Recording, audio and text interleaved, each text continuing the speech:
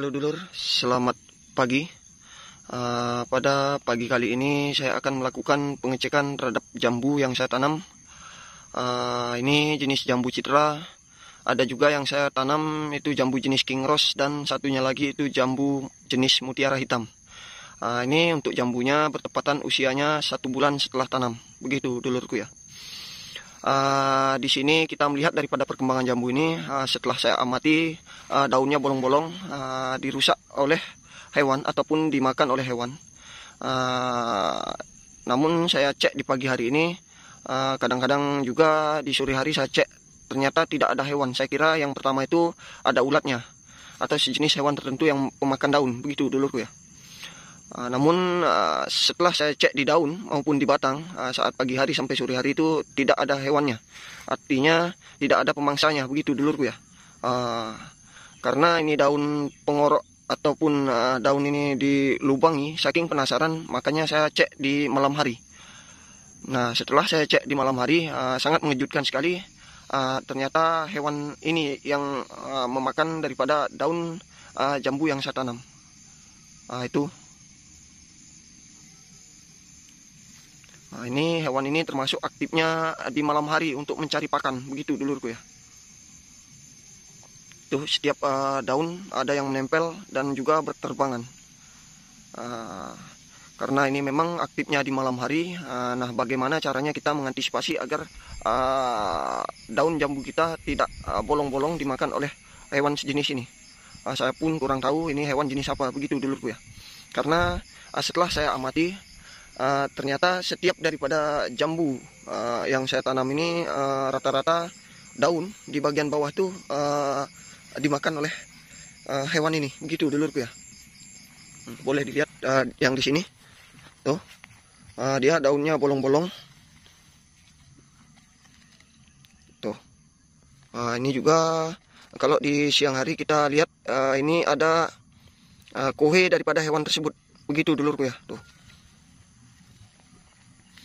Setiap jambu ini terdapat luka atau bolong pada bagian daunnya, sehingga hewan inilah penyebabnya bolong-bolong tersebut. Saya kira yang pertama itu ulat, begitu dulurku ya. Saking penasaran makanya saya cek di malam hari. Ternyata hewan ini aktif mencari makan itu di malam hari. Nah, untuk mengantisipasinya kita harus melakukan spray, begitu dulurku ya.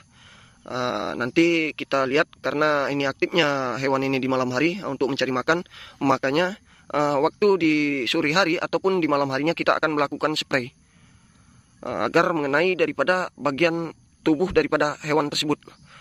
Nanti sore ataupun nanti malam kita akan melakukan peracikan daripada spray pestisida apa yang saya gunakan serta takarannya, begitu dulurku ya, untuk menghindari atau membasmi daripada hewan tersebut. Di sini saya juga perlihatkan untuk singkong Garuda ini bertepatan usianya 3 bulanan. Setelah kita 1 bulan yang lalu melakukan pemupukan untuk pembobot buahnya. Namun saya fokuskan untuk pada video kali ini kita melakukan pengecekan terhadap daun jambu yang bolong-bolong ini, begitu dulurku ya.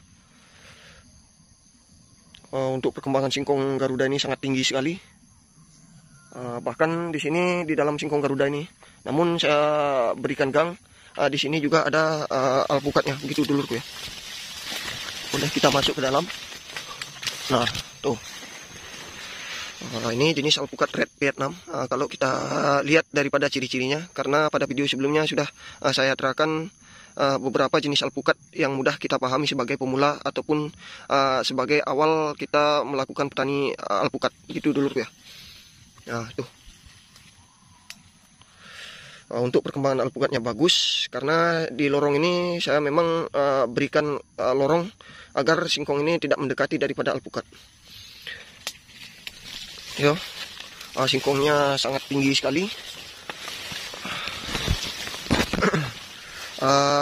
Di areal ini juga, ini kan memang dulunya tidak ada tanaman, melainkan cuman ada rumput untuk pakan ternak sapi, begitu dulurku ya.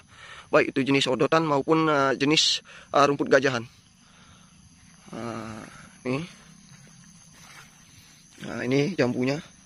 Ini kira-kira kapasitas untuk penanaman jambunya di areal daripada singkong sana itu sampai arah sini itu adalah sekitar 55 batang jambu citra. Baik itu jambu citra, jambu king rose maupun jambu jenis mutiara hitam. Yuk kita lihat di sana sebelum kita melakukan spray untuk nanti sore ataupun nanti malam. Saya memperlihatkan di sana saya juga melakukan penanaman jengkol hibrida.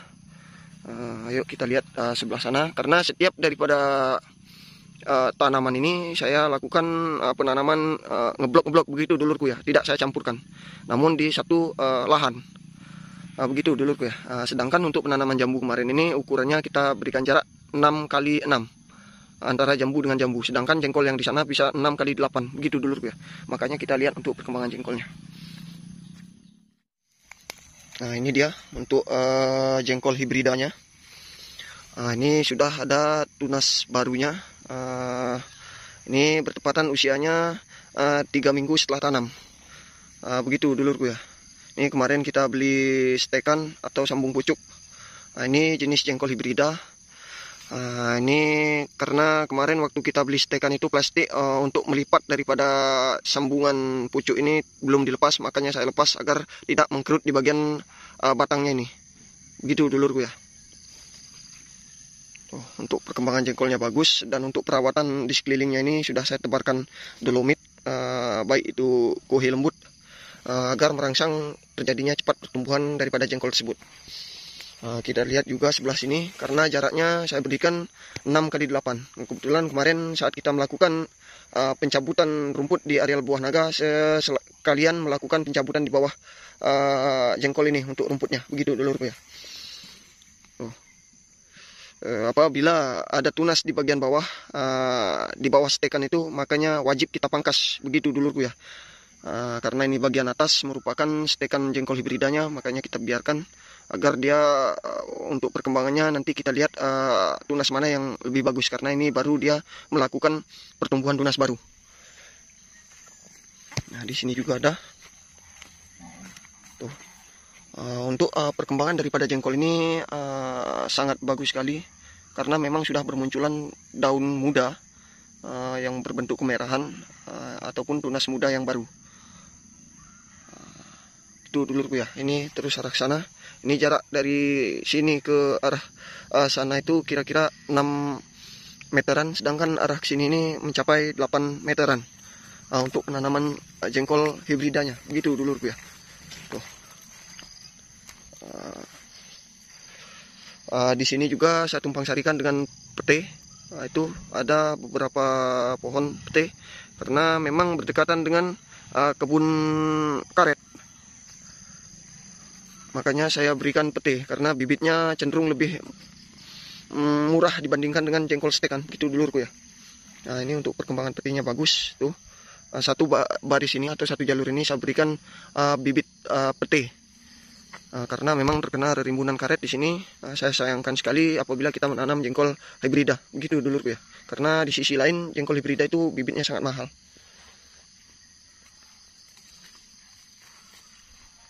Tuh, untuk perkembangan petinya juga bagus.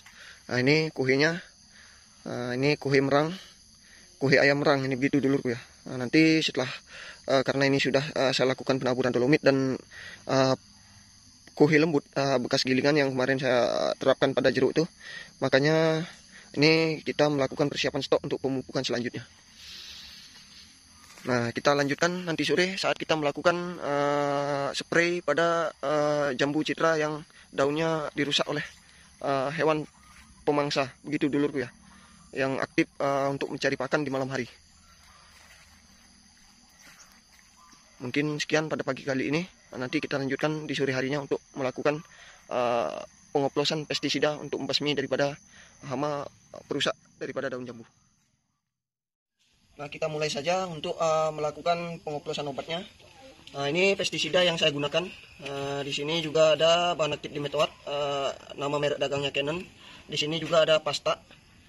Sedangkan ini perkat, dan satu ini metindo. Ini biasanya memang untuk ulat, karena memang selain daripada hama yang terdapat pada video tadi, kita juga mengantisipasi ulat yang bisa membolongi daripada daun jambu citra saya. Begitu dulurku ya. Kita juga tidak lupa menyiapkan takarannya.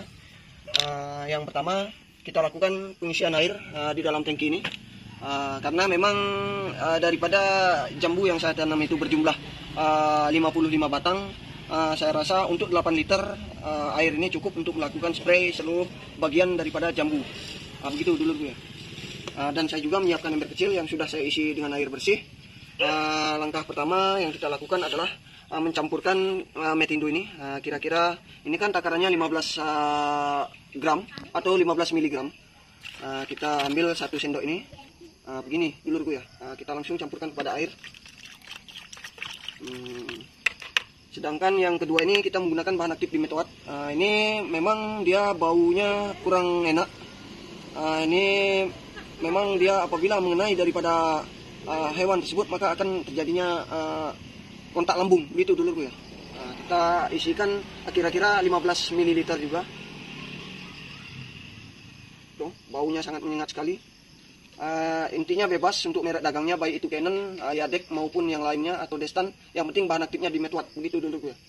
Kalau yang cair ini tidak perlu kita campurkan ke dalam larutan ini, kita langsung tuangkan ke dalam tangkinya.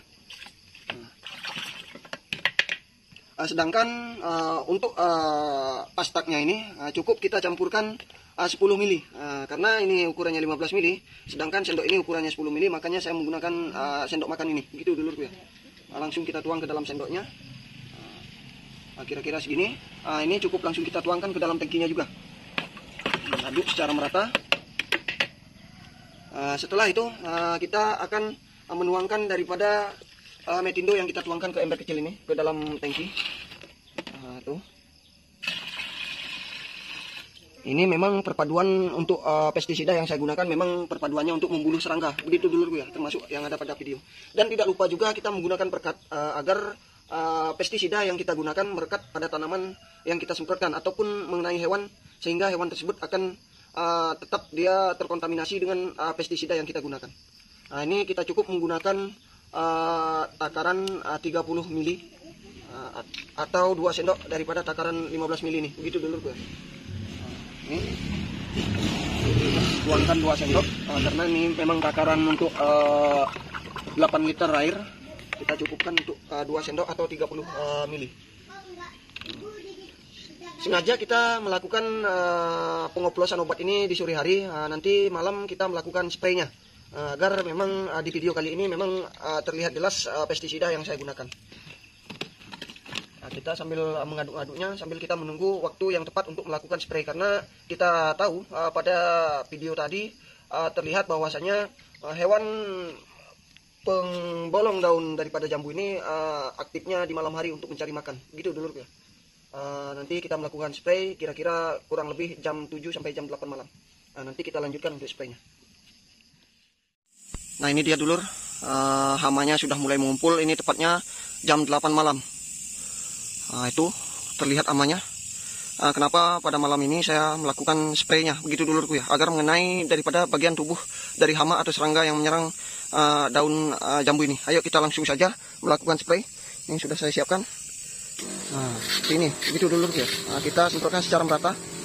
Tuh, hamanya berterbangan. Terus begitu dulurku ya. Tuh.